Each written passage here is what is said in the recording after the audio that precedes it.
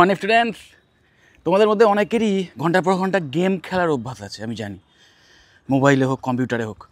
এবার এই যে গেমের প্রতি তোমার যে হবি, এটাকেই কিন্তু তুমি প্রফেশনে কনভার্ট করতে পারো এইভাবে যে তুমি নিজে গেম ডেভেলপার যদি হতে পারো। এবং গেম ডেভেলপমেন্ট একটা ভাস্ট বিষয়। এখানে কিন্তু একাধারে যদি তুমি আর্টসের স্টুডেন্ট হও সেক্ষেত্রেও তোমার কেরিয়ারের অপশানস আছে। আবার যদি সায়েন্সের স্টুডেন্ট হও, ফিজিক্সের, বিশেষ করে ফিজিক্স ম্যাথস, তাহলেও কিন্তু তোমাদের কেরিয়ার অপশানস আছে। আমি ক্লাস 12-এর স্টুডেন্টদের কথা বলছি। ক্লাস 12-এর পর যদি তুমি আর্টসের স্টুডেন্ট হয়ে থাকো বা কমার্স এবং ক্রিয়েটিভিটি বেশ পছন্দ হয়, মানে বিভিন্ন মানে ছবি আঁকা বা কালার কম্বিনেশান বা ফটোগ্রাফি, এই সমস্ত ব্যাপারে যদি ইন্টারেস্ট থাকে এবং নিজেকে গেম ডেভেলপার যদি কেরিয়ার তৈরি করতে চাও, তাহলে সেক্ষেত্রে তুমি কিন্তু বিএসসি ইন মিডিয়া সায়েন্সের মতো কোর্স চয়েস করতে পারো। কারণ এই কোর্সে ওই একটা গেম তৈরি করার জন্য যে ডিজাইন পার্টটার দরকার হয়, যে ক্যারেক্টার ডেভেলপ, মানে যে ক্যারেক্টার যেগুলো সেগুলো তৈরি করা, সেটা 3D হতে পারে, 2D হতে পারে, বা এনভায়রনমেন্ট ক্রিয়েট করা, সেখানে যে কালার, সেই কালারগুলো ঠিকঠাক রাখা, বা যে সাউন্ড এফেক্টগুলো আসে বা মিউজিক ইউজ হয় সেইগুলোকে মানে দেওয়া বা সেইগুলো তৈরি করা, এবং তার সাথে সাথে যে স্টোরি লাইন, প্রতিটা গেমের একটা স্টোরি থাকে, সেই স্টোরি লাইন তৈরি করা, এই ব্যাপারগুলোর ওপর যদি নলেজ নিতে চাও, তাহলে অবশ্যই বিএসসি মিডিয়া সায়েন্স সাধারণ একটি কোর্স হবে। আর যারা যেটা বললাম যে সায়েন্সের স্টুডেন্ট, ফিজিক্স ম্যাথের ওপর ভালো দখল আছে, তারা কিন্তু অবশ্যই বিটেক ইন কম্পিউটার সায়েন্স বা বিসিএর মতো কোর্স চয়েস করতে পারো। সেক্ষেত্রে তোমাদের যে প্রোগ্রামিং ল্যাঙ্গুয়েজ, সেই প্রোগ্রামিং ল্যাঙ্গুয়েজের ওপর স্কিল সেট তৈরি করা হবে। এবং মনে রাখবে, ম্যাক্সিমাম যে গেমগুলো, বড় বড় যে গেম, ইভেন এখনকার দিনে যে জিটিএ বা এনএফএস, এই টাইপের গেম, সেগুলোর ব্যাকবোনে যে প্রোগ্রামিং ল্যাঙ্গুয়েজ ইউজ হয় ম্যাক্সিমাম ক্ষেত্রেই C++ বা C#। এবং এখন অবশ্যই পাইথনেরও ইউসেজ হচ্ছে। সো এই সমস্ত ল্যাঙ্গুয়েজগুলোর ওপর তোমার কিন্তু দখল থাকতে হবে। তার সাথে সাথে ফিজিক্সের বিভিন্ন ল, ম্যাথামেটিক্যাল যে ইকুয়েশান, সেই সমস্ত নিয়েও একটা ভালো নলেজ থাকতে হবে। এইগুলো যদি থাকে, তাহলে কিন্তু তুমি মানে অ্যাজ এ গেম ডেভেলপার বা গেমের যে লজিক সেট করা, বা গেমটা যে রান করছে না, বা প্রতিটা ক্যারেক্টারের মধ্যে যে মোশন দেওয়া, এই ব্যাপারগুলো কিন্তু তুমি করতে পারবে। এবং বুঝতেই পারছো যে কতটা ইন্টারেস্টিং ব্যাপার যে একটা ভার্চুয়াল ওয়ার্ল্ডকে তুমি অ্যাকচুয়ালি প্রাণদান করবে, মানে তোমার তৈরি করা রুল ওয়াইজ সেই ভার্চুয়াল ওয়ার্ল্ডে সব ক্যারেক্টাররা রান করবে।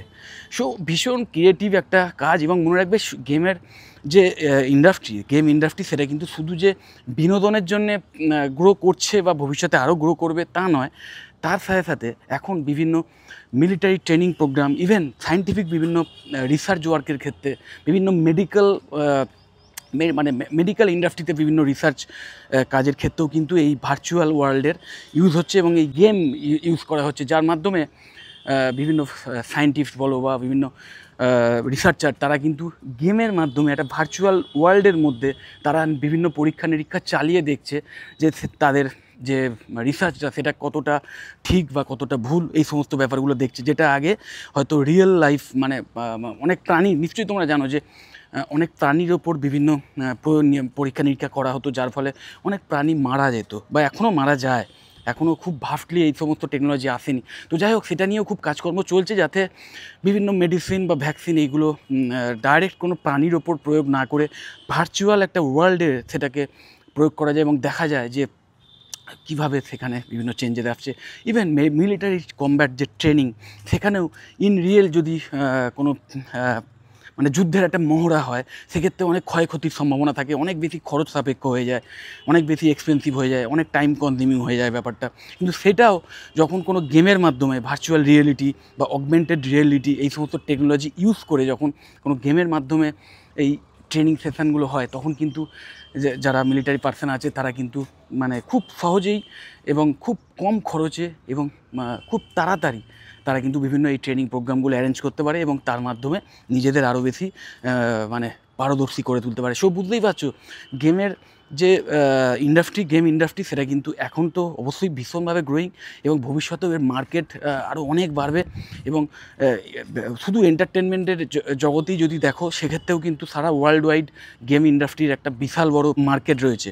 তো সেই মার্কেটে ঢোকার জন্য কিন্তু তোমরা ক্লাস 12-এর যদি স্টুডেন্ট হয়ে থাকো, নিজেরা ওই পাথটা সেট করো যে তোমার কোন কোন বিষয়ের উপর ন্যাক আছে বা কোন কোন বিষয়ের উপর কোয়ালিটিস আছে। কারণ বলেছিলাম একটা কথা, আমি এর আগেও একটা ভিডিওতে বলেছিলাম যে শুধু ন্যাক বা কোয়ালিটি থাকলে হবে না, কোন বিষয়ের মানে কোন কোয়ালিটিসগুলোর ভবিষ্যতে ডিম্যান্ড থাকবে সেটাও কিন্তু ভীষণ ইম্পর্টেন্ট। সো অবশ্যই আমি তোমাদের পরিষ্কার কেরিয়ার পাথ বুঝিয়ে দিলাম যে যদি পার্টিকুলারলি তোমরা আর্টস বা কমার্সের স্টুডেন্ট হও, সেক্ষেত্রে তোমাদের জন্য বিএসসি ইন মিডিয়া সায়েন্স একটা খুব ভালো ডোরওয়ে হবে এই গেমিং ইন্ডাস্ট্রিতে ঢোকার জন্যে। আর যদি সায়েন্সের স্টুডেন্ট হও, ফিজিক্স ম্যাথ এইগুলো যদি থেকে থাকে, তাহলে তোমাদের জন্য বিসিএ অথবা বিটেক ইন কম্পিউটার সায়েন্স খুব ভালো কেরিয়ার অপশানস হবে।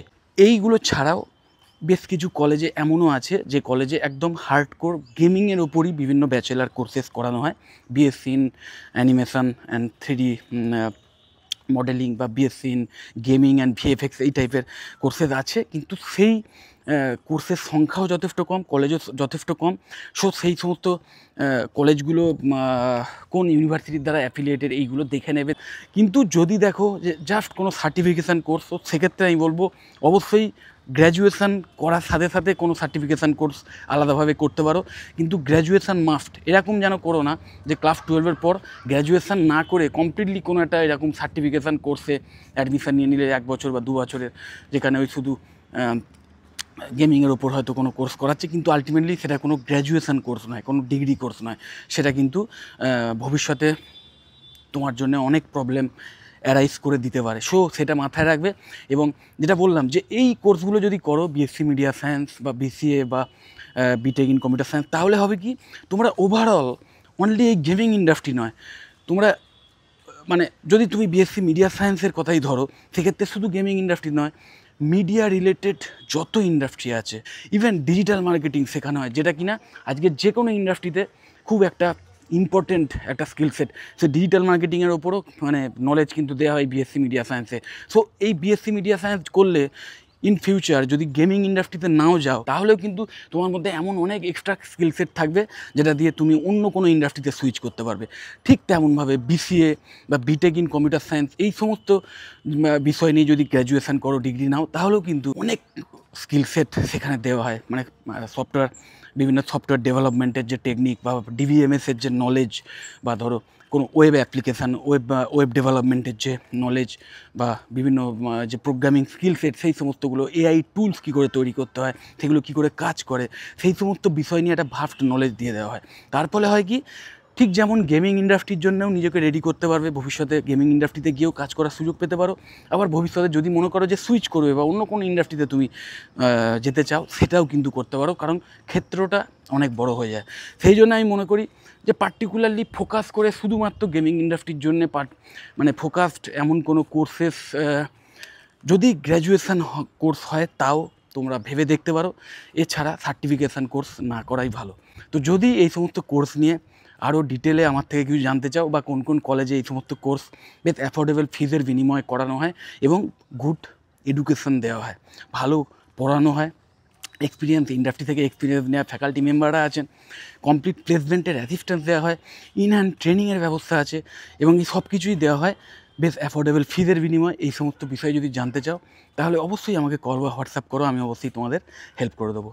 যদি মনে হয় ভিডিওটা হেল্পফুল, অবশ্যই লাইক করো। চ্যানেলটা যদি সাবস্ক্রাইব না করে থাকো, এক্ষুনি সাবস্ক্রাইব করো না, আর ভিডিও যতটা পারো শেয়ার করে দিও। টাটা।